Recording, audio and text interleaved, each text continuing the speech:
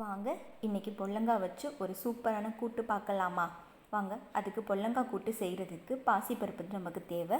So நான் பாசிப்பருப்பு ஒரு அரை டம்ளர் எடுத்திருக்கேன். அதை நல்லா வாஷ் பண்ணிவிட்டு வேக வைக்கிறதுக்காக தண்ணி ஊற்றி நான் வேக வச்சுருக்கேன். தண்ணி அதிகமாக ஊற்றிட வேணாம். அரை டம்ளர்னால் ஒரு 1.5 டம்ளர் தண்ணி மட்டும் ஊற்றினா போதும். அதில் நல்லா வெந்து வரட்டும். பாருங்கள், இந்த ஸ்டேஜில் காரம், இதுதான் நமக்கு காரம். ஸோ காரத்துக்கு ஏற்ற பச்சை மிளகாய் போட்டுக்கோங்க. ஒரு தக்காளி பழம் போட்டால் போதும். கூட்டுக்கு பொதுவாக தக்காளி அதிகமாக போடாதீங்க, புளிப்பு தட்டும். நான் ஒரு தக்காளியை குட்டி குட்டியாக நறுக்கி போட்டிருக்கேன். இப்போ நான் புடலங்காய் சொன்னல, அந்த பொடலங்காவை நான் இந்த மாதிரி கட் பண்ணி வச்சுருக்கேன். இப்போ இதையும் நம்ம அதோட சேர்த்துடலாமா? பாருங்கள், இப்போ நம்ம தக்காளி பச்சை மிளகாய் போட்டோம்ல, இப்போ பாசிப்பருப்பு நல்லா வெந்து மலர்ந்து வந்திருக்கு. தெரியுதா உங்களுக்கு? பாசிப்பருப்பு நல்லா வெந்தது. பாசிப்பருப்பு நல்லா வெந்த பிறகு இந்த ஸ்டேஜில் நம்ம புடலங்காவை சேர்த்துக்கிற வேண்டியதாங்க. நல்லா கிளறி விட்டுருங்க. வெந்து வரட்டும். இந்த ஸ்டேஜில் தேவையான அளவு மஞ்சள் தூள், தேவையான அளவு உப்பு, இது வெந்துக்கிட்டு இருக்கட்டும் ஒரு பக்கம். இதுக்கு நம்ம ஒரு தேங்காய் அரைக்கணும், அதை அரைச்சிருவோமா? பாருங்கள், கொஞ்சமாக ஒரு 4-5 பல் தேங்காய் பல் எடுத்துக்கோங்க.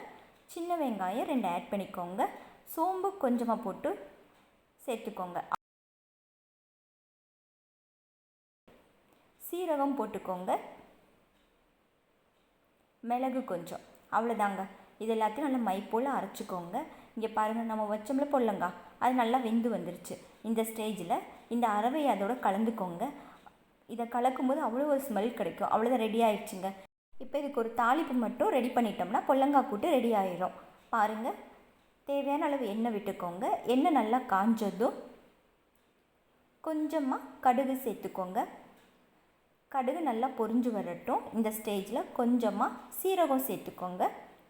சீரகம் நல்லா பொரிஞ்சதும் ஒரே ஒரு காஞ்ச மிளகாய், தேவையான அளவு கருவேப்பிலை,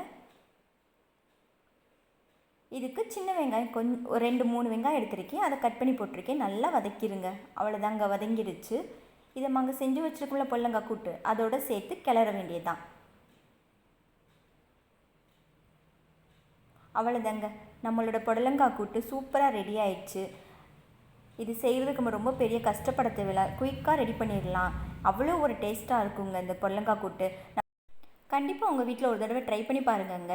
அதுவும் நம்ம அரைச்சி ஊற்றிருக்க அந்த தேங்காய், அதோட ஸ்மெல்லே வந்து நம்ம ரெஸ்டாரண்ட்டில் சாப்பிட்ற அதே டேஸ்ட்டு குடிக்குங்க.